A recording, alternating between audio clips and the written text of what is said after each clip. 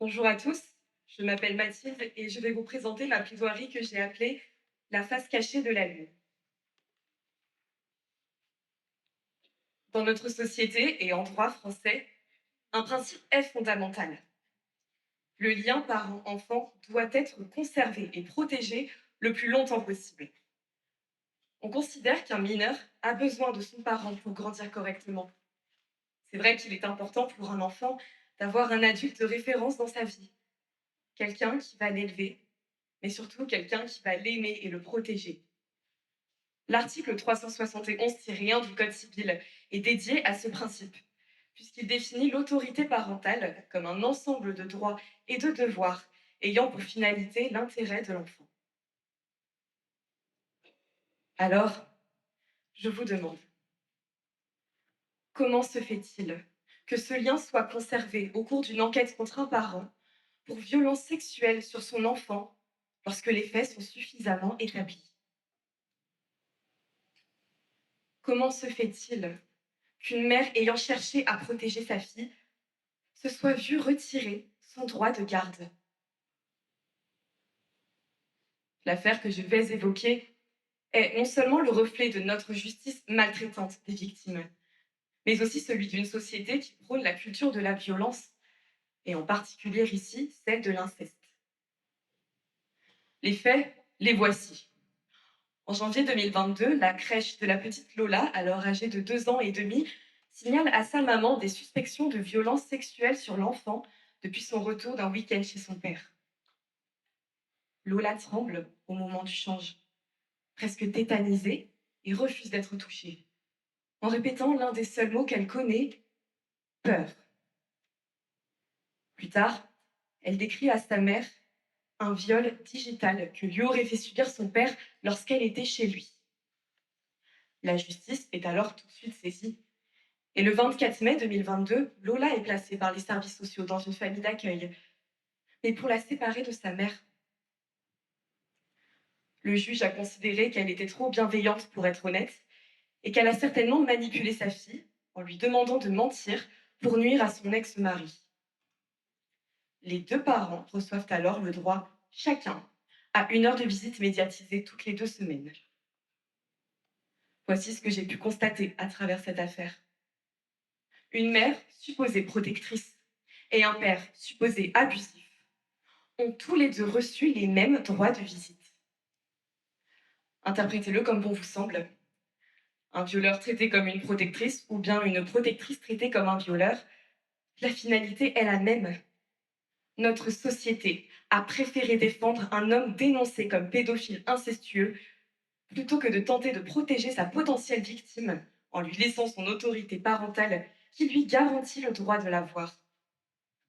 Où est l'intérêt de l'enfant là-dedans? La culture de l'inceste passe par des comportements qui tendent à minimiser l'inceste, à le normaliser ou à le faire taire. Certaines œuvres, comme Game of Thrones ou Lolita, alimentent la culture de l'inceste.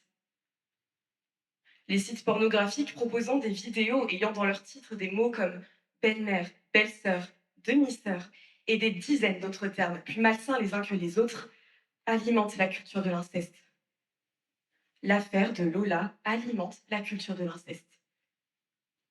Cette culture est avant tout alimentée par un énorme tabou en France autour du crime qu'est l'inceste. Pourquoi Lola n'a-t-elle pas été crue?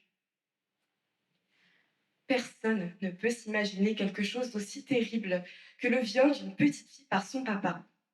Alors, au lieu d'écouter cette petite fille, on préfère chercher des explications sur ses mensonges, puisqu'il est bien plus facile de fermer les yeux. Le psychologue américain Richard Gardner proposait ainsi le principe d'aliénation parentale. Un parent serait alors suspecté de manipuler son enfant en le poussant à mentir pour faire passer l'autre parent pour un monstre, comme l'aurait fait la maman de Lola. En tout cas, c'est ce qu'a affirmé la justice française le 24 mai 2022. Mais comment lui en vouloir?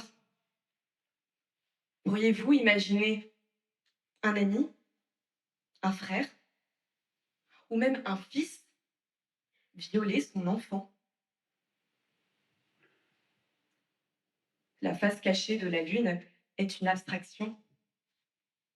On a beau nous dire qu'elle existe, nous expliquer de manière rationnelle pourquoi on ne la voit jamais, cela reste difficile à croire, car l'explication relève d'une certaine logique, et en même temps, elle est parfaitement invraisemblable. Pourtant, la Lune tourne autour de la Terre, exactement au même rythme qu'elle tourne sur elle-même, ce qui fait qu'elle nous présente toujours la même face. C'est par ces mots que Neige Sino nous explique notre déni dans son roman Triste Tigre. Un violeur d'enfants n'est pas uniquement un violeur d'enfants. Il a certes cette face cachée, cette face où il cache ses pires pensées, ses perversions les plus atroces, ses actes les plus répréhensibles. Mais il est avant tout un monsieur tout le monde, un homme ou une femme qui se fond dans la foule. Mais c'est finalement ça qui le rend si dangereux. C'est cette capacité à se cacher, à manipuler, à mentir toute sa vie. Et les chiffres parlent d'eux-mêmes. 160 000 enfants sont victimes d'inceste chaque année en France. Un dixième des Français sont ou ont été victimes d'inceste. Le 18 mars dernier, la proposition de loi d'Isabelle Santiago a été adoptée. Désormais, la loi automatise la suspension de l'autorité parentale d'une personne dès l'ouverture d'une enquête contre elle pour violence sur son enfant ou violence sur l'autre parent. C'est une avancée majeure dans le combat contre les violences sexuelles intrafamiliales, mais cela ne suffit pas. Nous devons abolir la culture du viol et de l'inceste. Nous devons croire les victimes pour leur assurer leur droit fondamental à la sûreté et à la dignité humaine. Nous devons rompre le silence. Seulement, comme l'a si bien dit Judith Godrèche, je parle, mais je ne vous entends pas.